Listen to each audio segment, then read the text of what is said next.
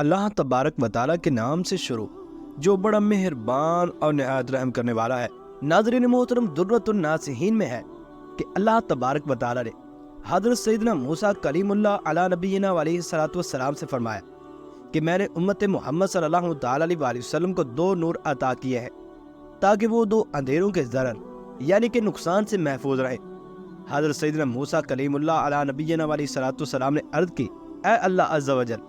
وہ دو نور کون سے ہیں؟ تو اللہ تبارک و تعالیٰ نے ارشاد فرمایا، ایک نور رمضان ہے اور دوسرا نور قرآن ہے۔ تو حضرت سیدنا موسیٰ علیہ السلام نے اللہ تبارک و تعالیٰ کی بارگاہ کے اندر عرض کی، یا اللہ عز و جل، وہ دو اندھیرے کون سے ہیں؟ تو اللہ تبارک و تعالیٰ نے ارشاد فرمایا، ایک قبر کا اندھیرا اور دوسرا قیامت کا اندھیرا۔ ناظرین محترم، الترغیب و ترہیب میں ہے کہ حضرت سیدنا عبداللہ بن عباس رضی اللہ تعالیٰ عنہما فرماتے ہیں کہ رحمت عالم حضور اکرم صلی اللہ تعالیٰ علیہ وسلم نے ارشاد فرمایا، جب رمضان شریف کی پہلی رات آتی ہے تو عرش عظیم کے نیچے سے میسرہ نامی ہوا چلتی ہے جو جنت کے درخت کے پتوں کو ہلاتی ہے، اور اس ہوا کے چلنے سے ایسی دلکش آواز بلند ہوتی ہے کہ اس سے بہتر آواز آج تک کسی نے نہیں سنی ہوگی۔ اس آواز کو سن کر بڑی بڑی آنکھوں والی حوریں ظاہر ہوتی ہیں، یہاں تک کہ جنت کے بلند محلات پر کھڑی ہو جاتی ہیں اور کہتی ہیں، ہے کوئی جو ہم کو اللہ عز و جل سے مانگ لے کہ ہمارے نکاح اس سے ہو۔ پھر وہ حوریں دروغہ جنت حضرت رضوان علیہ السلام سے پوچھتی ہیں کہ آج یہ کیسی رات ہے؟ تو حضرت رضوان علیہ السلام جواباً تلبیہ یعنی لبیک کہتے ہوئے کہتے ہیں کہ یہ ماہ رمضان کی پہلی رات ہے۔ جنت کے دروازے امت محمد صلی اللہ تعالیٰ علیہ وسلم کے روزے داروں کے لیے کھول دیے گئے ہیں، اور جمع الجوامع میں ہے کہ حضور اکرم صلی اللہ تعالیٰ علیہ وسلم نے ارشاد فرمایا، جب رمضان کی پہلی رات ہوتی ہے تو اللہ عز و جل اپنی مخلوق کی طرف نظر فرماتا ہے، اور جب اللہ عز و جل کسی بندے کی طرف نظر فرمائے تو اسے کبھی بھی عذاب نہ دے گا، اور ہر روز 10 لاکھ کو جہنم سے آزاد فرماتا ہے۔ اور جب 29ویں کی رات ہوتی ہے تو مہینے بھر میں جتنے آزاد کیے تھے ان کے مجموعے کے برابر اس ایک رات میں لوگوں کو جہنم سے آزاد فرما دیتا ہے۔ پھر جب عید الفطر کی رات آتی ہے تو ملائکہ خوشی کرتے ہیں، اور اللہ عز و جل اپنے نور کی خاص تجلی فرماتا ہے اور فرشتوں سے فرماتا ہے، اے گروہ ملائکہ، اس مزدور کا کیا بدلہ ہے کہ جس نے اپنے کام کو پورا کر لیا ہے؟ فرشتے عرض کرتے ہیں کہ اس کو پورا اجر عطا کیا جائے۔ تو اللہ تبارک و تعالیٰ ارشاد فرماتا ہے کہ میں تمہیں گواہ کرتا ہوں، میں نے ان سب بندوں کو بخش دیا ہے جنہوں نے رمضان المبارک کے اندر میری عبادت کی اور روزے رکھے۔ اور حضرت سیدنا ابو ہریرہ رضی اللہ تعالیٰ عنہ سے نسائی شریف کے اندر مروی ہے کہ حضور اکرم صلی اللہ تعالیٰ علیہ وسلم نے ارشاد فرمایا، رمضان آ گیا، برکت والا مہینہ ہے، اللہ عز و جل نے اس کے روزے تم پر فرض کیے ہیں۔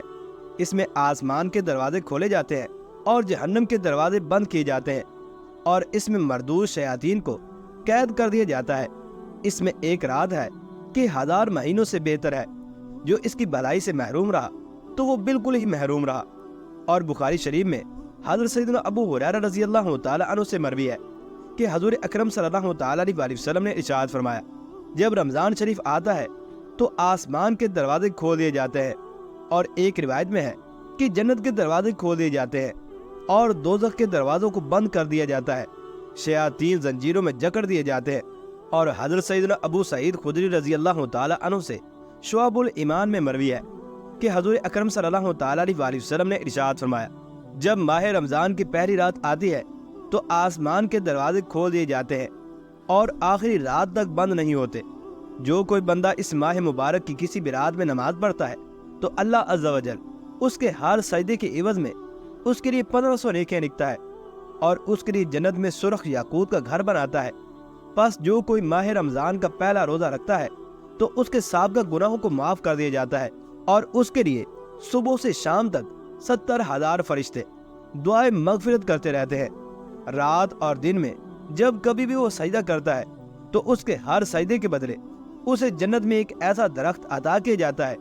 کہ اس کے سائے میں گھوڑ سوار 500 برس تک چلتا رہے تو بھی اس کا سایہ ختم نہ ہوگا۔ اور حضرت سیدنا جابر بن عبداللہ رضی اللہ تعالیٰ عنہ سے روایت ہے کہ حضور اکرم صلی اللہ تعالیٰ علیہ وسلم نے ارشاد فرمایا کہ میری امت کو ماہ رمضان میں 5 چیزیں ایسی عطا کی گئیں جو مجھ سے پہلے کسی نبی کو نہ ملی۔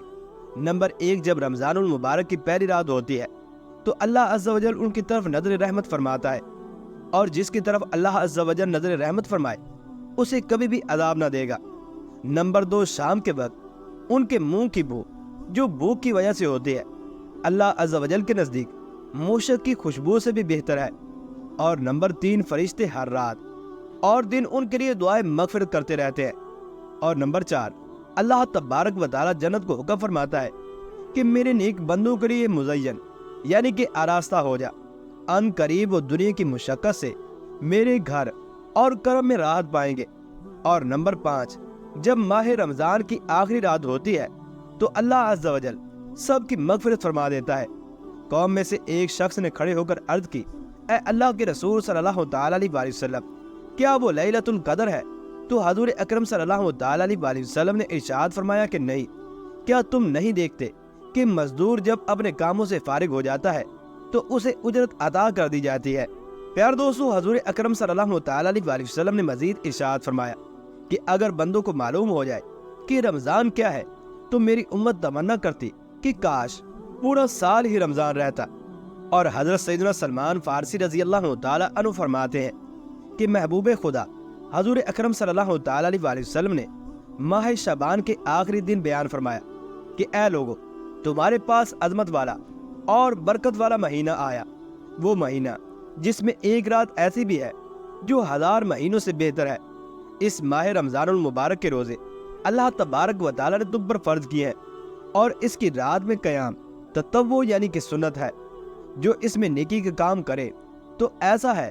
جیسے کسی اور مہینے میں فرض ادا کیا ہو، اور اس میں جس نے فرض ادا کیا تو ایسا ہے جیسے اور دنوں میں 70 فرض ادا کیے ہوں۔ یہ مہینہ صبر کا ہے، اور صبر کا ثواب جنت ہے۔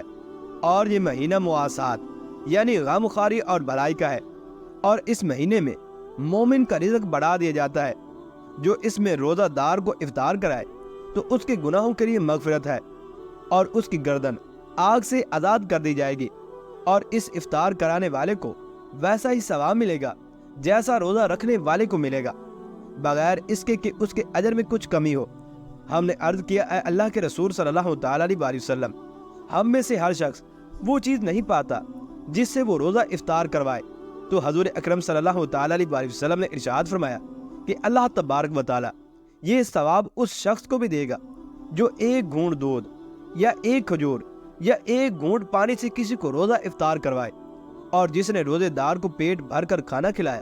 تو اللہ عز و جل میرے حوض سے اس کو پانی پلائے گا کہ پھر وہ کبھی بھی پیاسا نہ ہوگا یہاں تک کہ جنت کے اندر داخل ہو جائے۔